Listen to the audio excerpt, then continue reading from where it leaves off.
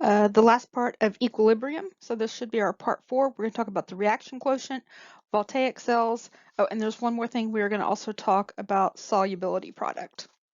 So we'll also talk about the solubility product.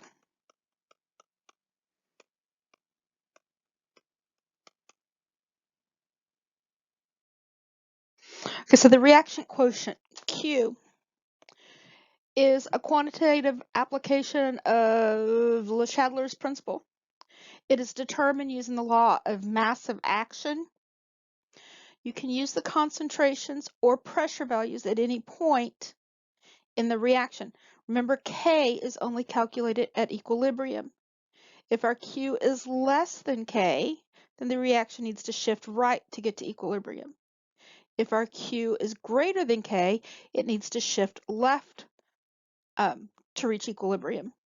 If Q and K are equal, the reaction is already at equilibrium. Here are the formulas. So if we have this equation, basically it's the same formula as equilibrium. It's just not necessarily occurring at equilibrium. So let's use this formula. Determine the equilibrium constant if the following concentrations are found at equilibrium. So we know that K of C is equal to our products over reactants and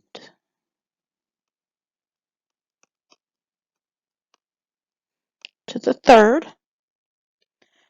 And then our reactant was CH4. CH4. And it is to the second power. Remember, we get these powers based on the coefficients.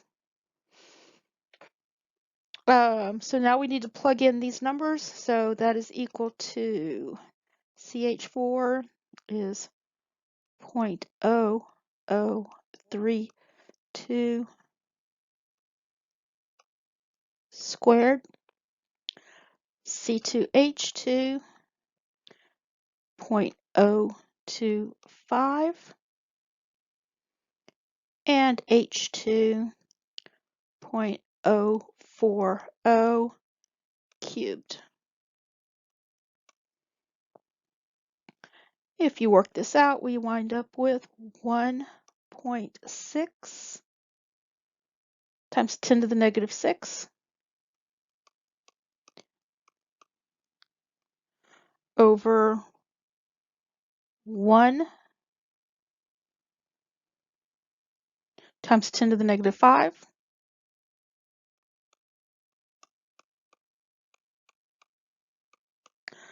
So 1.6 times 10 to the negative 1, or 0.16.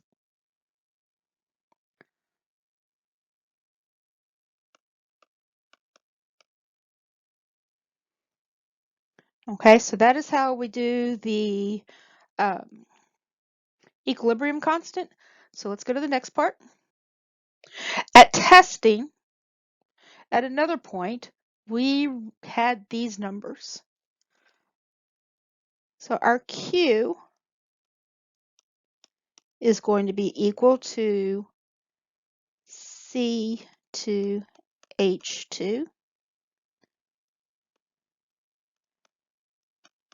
H2 3 CH4 cubed, which means, CH4 is squared.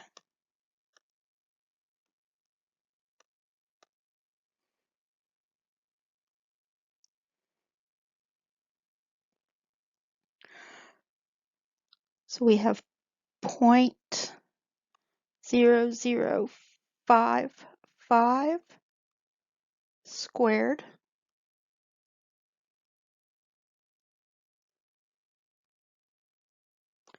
C2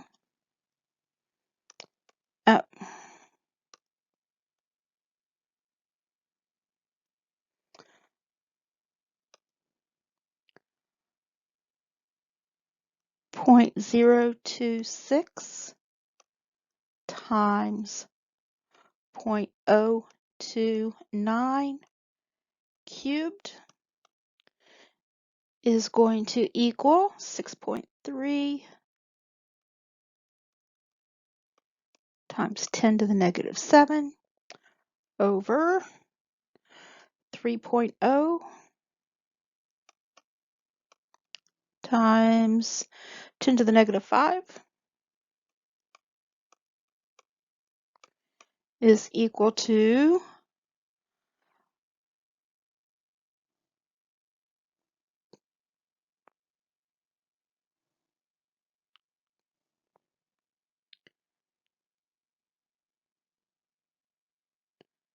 2.1 times 10 to the negative 2, or Q is equal to 0.021. So in this case, Q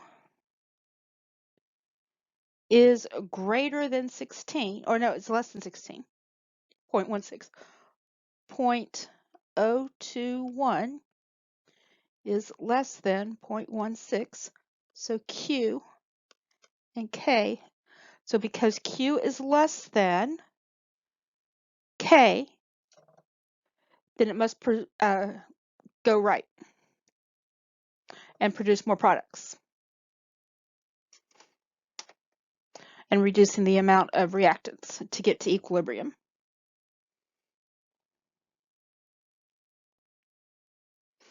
Okay, voltaic cells.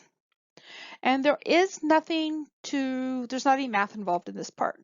You just need to kind of understand what's going on.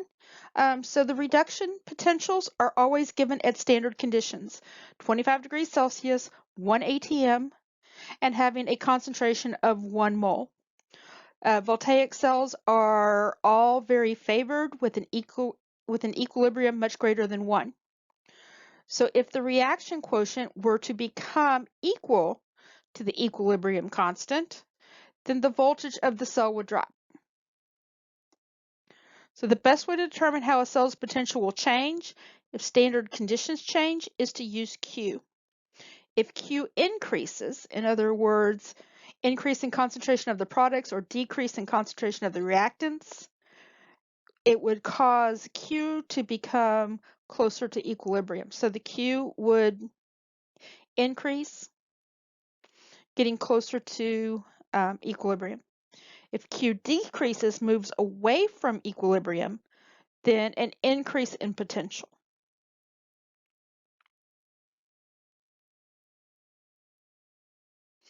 If a cell has a gas at either cathode, then there can be a pressure effect.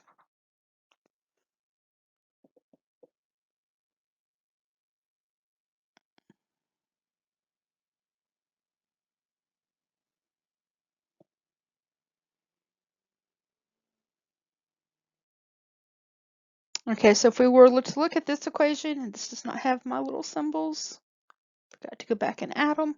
A voltaic cell using silver and zinc is connected, and the above reaction occurs. What happens to the voltage of the above cell as the reaction progresses? So if you look at this, as the reaction progresses, this concentration is going down, and Ag and zinc are increasing as it is oxidized from zinc. Both of these changes would have the effect of increasing the reaction quotient, which brings the cell closer to equilibrium, causing a decrease in the overall potential. Remember, anytime we get to the point where Q is equal to K, there's no longer a potential.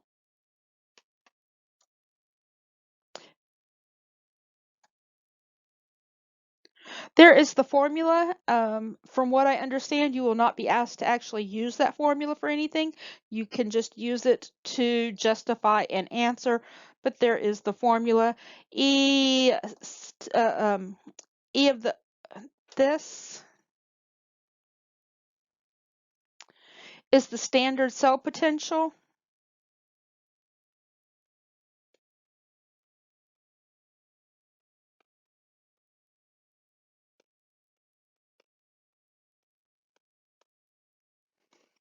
And this is the potential under non-standard conditions.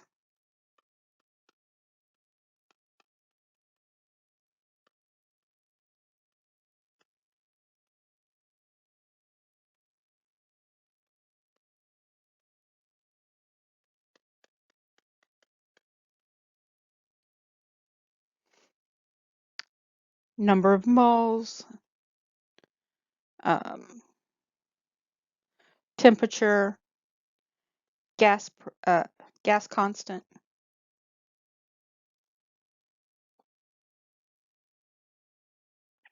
Okay, solubility and the solubility product. A salt is considered soluble if more than 1 gram can be dissolved in 100 mils of water. Soluble salts are assumed to dissociate completely in an aqueous solution. Most solids, not all of them, but most solids become more soluble in a liquid as the temperature is increased. And we know that if we're trying to dissolve salt or sugar, it dissolves much faster in warmer liquids. Most solids become, we said that, insoluble salts still dissociate in solution to some extent, just not as much. So the solubility product is a measure of the extent of a salt's dissociation in a solution. The greater the value of the solubility product, the more soluble the salt is.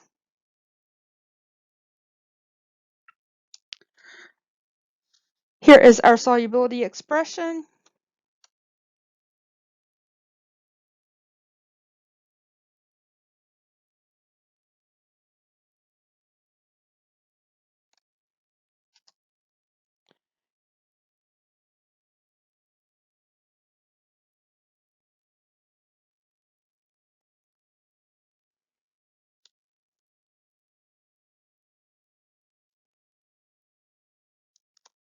Okay, so this one, it says if K of SP is equal to 8.0 times 10 to the negative 12th, this should be 10 to the negative 12th.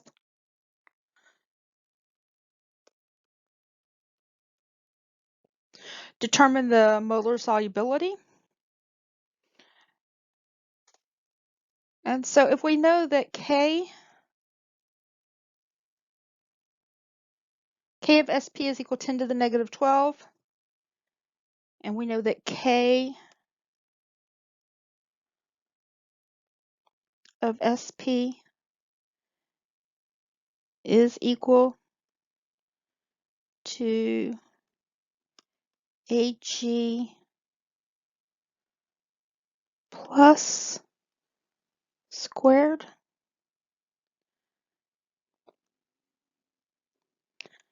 and CRO to the negative 2 fourth.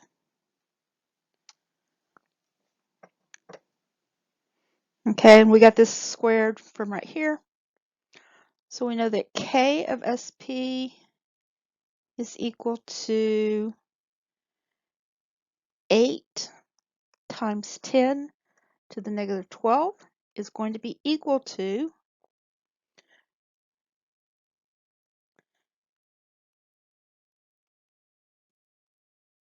2x squared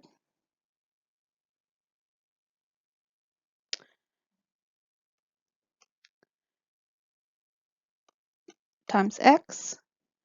So 8 times 10 to the negative 12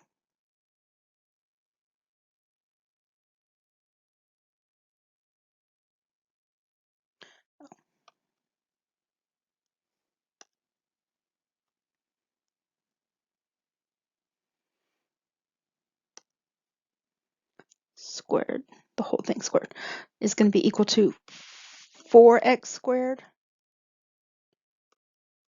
times x, which equals 4x cubed.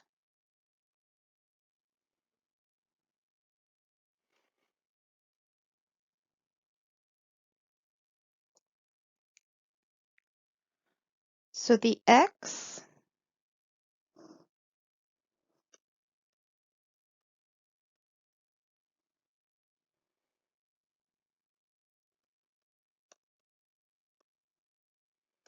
is equal to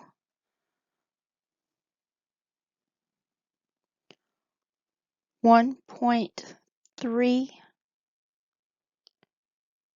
times 10 to the negative 4.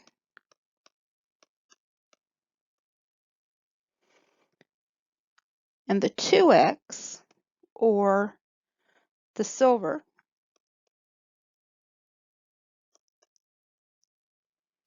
is going to be equal to double that, 2.6 times 10 to the negative 4. If they were in a 1-to-1 ratio, then they would have the same answer.